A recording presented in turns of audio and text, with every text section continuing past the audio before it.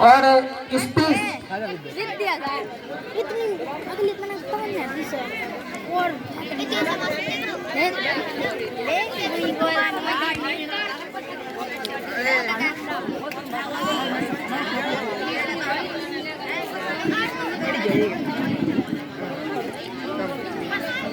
इसके तुरंत बाद डांस कार्यक्रम प्रारंभ किए जाएंगे।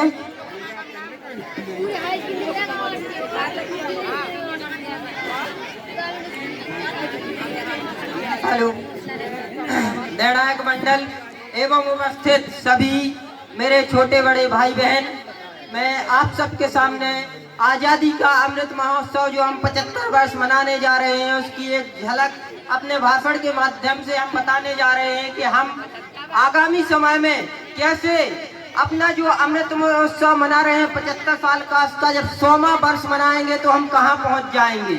हमने देखा है कि पिछले वर्षों में हमने लगातार विकास किया है और विकास की गति को लगातार धार देते रहे हैं, लेकिन हमने स्वास्थ्य के क्षेत्र में देखा है कि जो कोरोना काल में हमारे देश में कुछ ही पर्याप्त सुविधाएं होने के बावजूद हमने विश्व को पछाड़ दिया है और देखा कि विश्व में हमारा हिंदुस्तान एक ऐसा देश बना जिसने 200 करोड़ टीकाकरण करके विश्व रिकॉर्ड बनाया है। और हमने साथ ही में देखा है कि विश्व के अमेरिका जैसे जो सुख संपन्न राज्य थे, सुख संपन्न देश थे, जिनके पास सभी स्वास्थ्य की सेवाएं होने के बावजूद उन्होंने कोरोना से उतनी तेजी से रिकवरी नहीं कर पाई जिससे हमने जिस गति से रिकवरी रेट की है।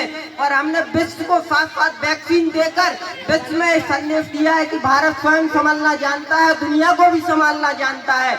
ऐसा संकल्प के साथ भारत आगे बढ़ रहा है। हमने देखा है कि पहले की सरकारों में आतंकवाद के सामने सरकारें घुटने टेका करती थी, लेकिन आज के टाइम में हमारी सरकार के सामने आतंकवाद घुटने टेका करता है। हम देखते हैं कि आज कश्मीर में सैनिकों की जानकारी नहीं आती मारने की, और आतंकवादियों की जानकारी आती है कि रोज 5 से 10 रोज आतंकवादी मारे जा रहे हैं। इसी प्रकार कश्मीर में सुख और शांति के लिए एक नया कश्मीर बनाया जा रहा है।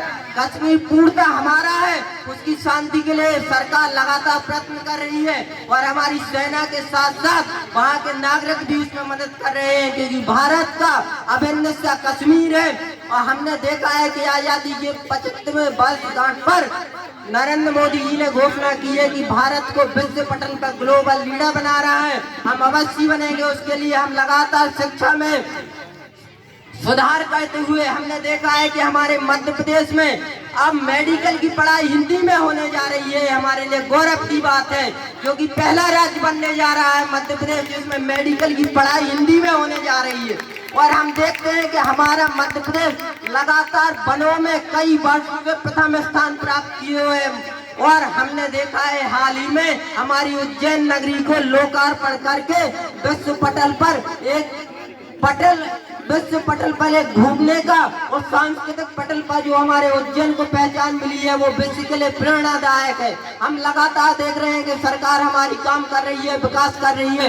इसी के साथ साथ हम देखते हैं कि भारत का युवा जो नशे से युक्त था उसके लिए हमारी केंद्र सरकार सामाजिक न्याय मंत्रालय नशा के लिए 272 जिलों में नशा मुक्ति का अभियान भी चला रही है, जिससे हमारे देश के 15 जिले पूर्णतः नशा मुक्त हो चुके हैं। और जो 272 संवेदनशील जिले थे उनमें लगातार नशा मुक्ति अभियान चलाया जा रहा है, जिससे कि भारत का युवा नशा से मुक्ति पूर्णता से पा सके, ऐसा हमारे आदरणीय प्रधानमंत्री जी का संकल्प है।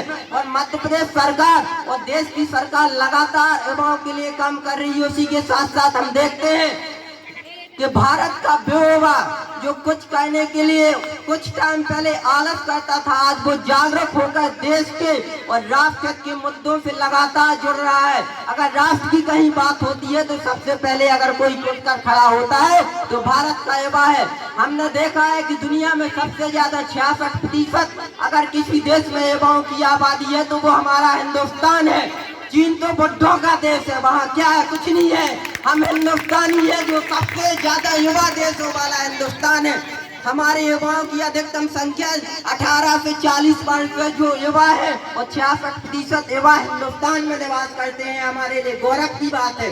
हम देख रहे हैं कि हिंदुस्तान का युवा आज भारत नहीं बल्कि दुनिया में अपना परचम लहरा रहा है। और हम देखते हैं कि हिंदुस्तान के युवा में हर वो काबिलियत है जिससे आपने देखा है कि जिन अंग्रेजों गोरों ने हमारे ऊपर 200 सालों तक राज किया, आज हिंदुस्तान का बच्चा उनका राजा बनकर उनके ऊपर राज कर रहा है। ये हिंदुस्तान की माटी का वजन है, वो हिंदुस्तान की माटी से जन्मा हुआ वह लाल आज हमने देखा है कि अंग्रेजों के ऊपर राज कर रहा है। अब पलट गया है जमाना, हिंदुस्तान की बारी है। अब हमने देखा है कि हमारे देश को कितनी पीड़ाओं के साथ हम यहाँ तक पहुँचे हैं। हमने देखा, हमने गुलामी भी देखी है, आतंकवाद भी देखा है, लेकिन हमने एक समृद्ध हिंदुस्तान भी देखा है। उस दिशा में हम लगातार आगे काम कर रहे हैं और करते रहेंगे।